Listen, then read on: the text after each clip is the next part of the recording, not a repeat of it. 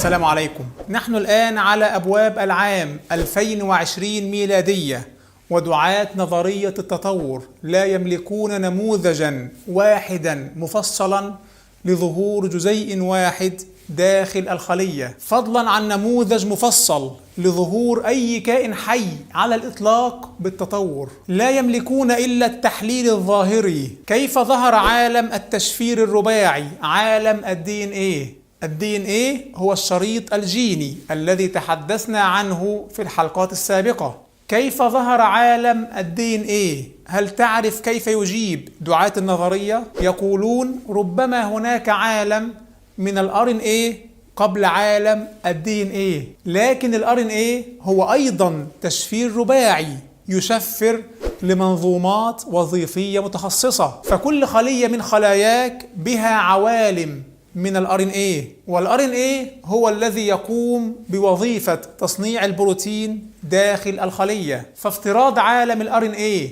لتفسير ظهور عالم الDNA هو أشبه بمن يضيف أنظمة معقدة إلى أنظمة معقدة ويسمي هذا تفسيرا. عالم الRNA هو عالم تشفيري رباعي كعالم الDNA تماما، والأهم من ذلك أن فرضية عالم الRNA هي فرضية خاطئة تماما، لأن الRNA بطبيعته ضعيف ولا يظهر إلا داخل خلية حية حتى يكون حافظة مؤقتة للمعلومات، فالRNA يتحطم تلقائيا.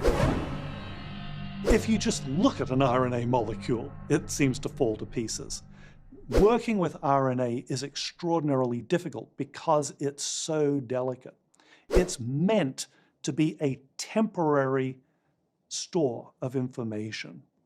And as a consequence of its delicacy, it's extraordinarily unlikely that it's going to be useful as some kind of starting point for life. So RNA can't precede the first cell. لا يمكن للRNA أن يسبق الخلية. دعاة نظرية التطور لا يقدمون إلا خيالات، وهذا ما دفع واحد من أشهر فلاسفة العلم في القرن العشرين على الإطلاق، اللا أدري كارل بوبر، دفعه لأن يقول أن نظرية التطور نظرية ميتافيزيقية مجرد قفزة إيمانية عند الملاحدة وليست بعلم.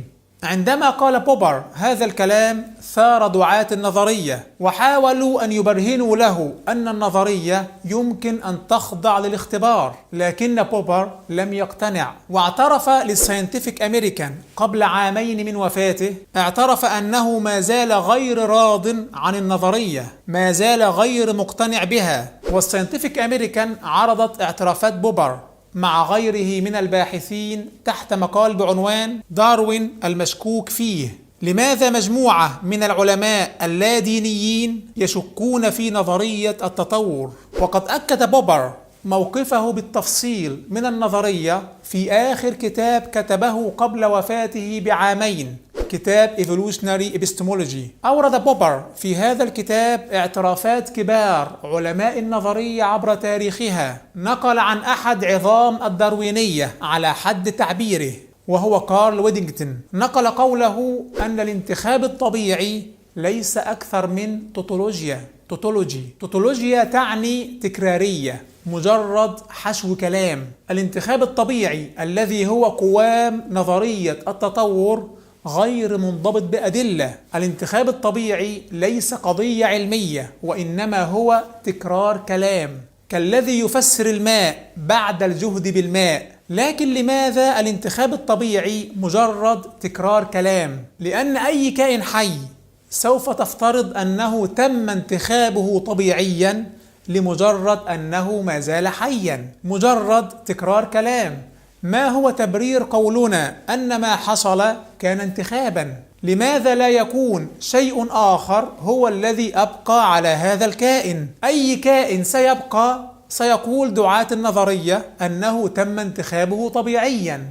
توتولوجيا، فروض تخمينية وليست رصدا علميا. يكمل بوبر ويقول نفس كلام ويدينغتون يوجد لدى داروينيين كبار أمثال رونالد فيشر.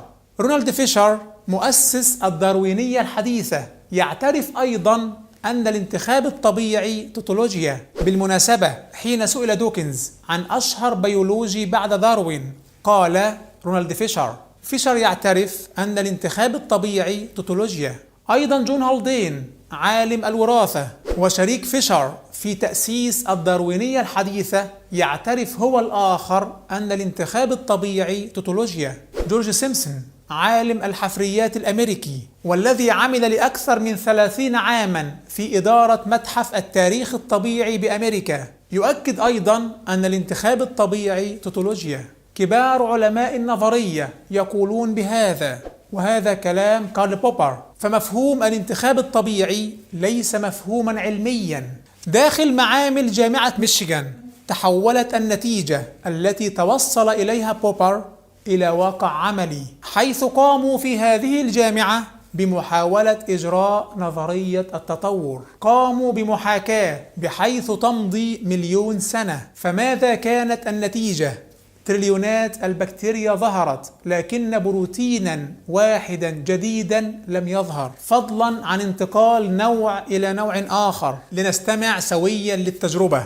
Since the late 1980s, Michigan State University biologist Richard Lenski has been running a long-term evolution experiment with E. coli bacteria.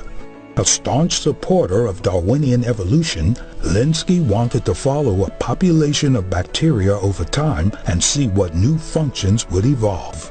I'm a big fan of this experiment because it does not put out a model. It's not a computer model. It's not a theory.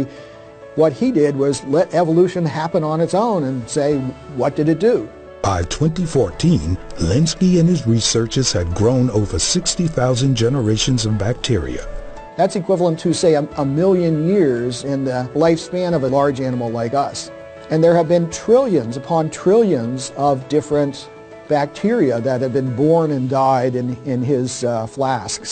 Although often cited as providing evidence for Darwin's theory, Lenski's experiments are perhaps most revealing in what they haven't produced.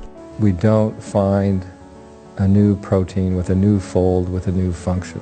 By and large, these are deletions, insertions, rearrangements of information that's already present.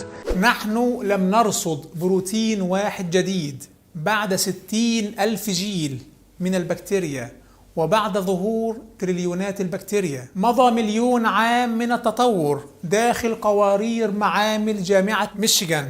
فماذا كانت النتيجة؟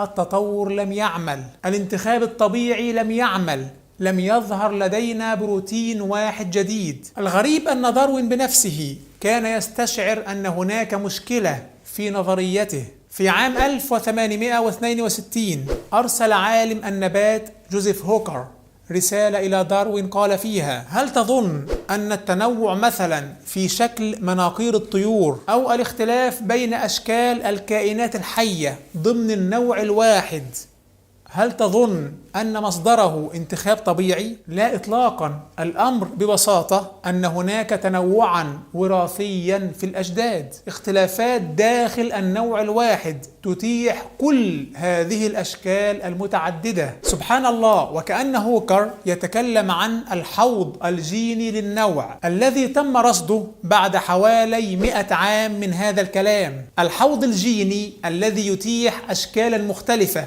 ضمن إطار النوع من أنواع الكائنات الحية. فالحوض الجيني للبشر يتيح أن يكون فيهم الطويل والقصير، السمين والرفيع، الأبيض والأسود. المهم أن داروين رد عليه قائلا: ما أدهشني في خطابك وقلب كياني رأسا على عقب هو الجزء الذي ذكرت فيه أن كل اختلاف نراه يمكن أن يكون قد حدث دون أي انتخاب، وإني كنت وما زلت أتفق معك تماما في ذلك، ولكنك أحط بالموضوع إحاطة تامة ورأيته من زاوية أخرى. أتخيل أن داروين لو رأى نتيجة تجربة ميشيغان لتخلى عن النظرية بالكلية. دعاة نظرية التطور أشبه بمنقبين عن كنز من ذهب يبحثون ليل نهار في طبقات الأرض المختلفة، يحفرون ويكسرون أطنان الصخور الرملية والطينية والرسوبية المختلفة، مع أن هناك قبو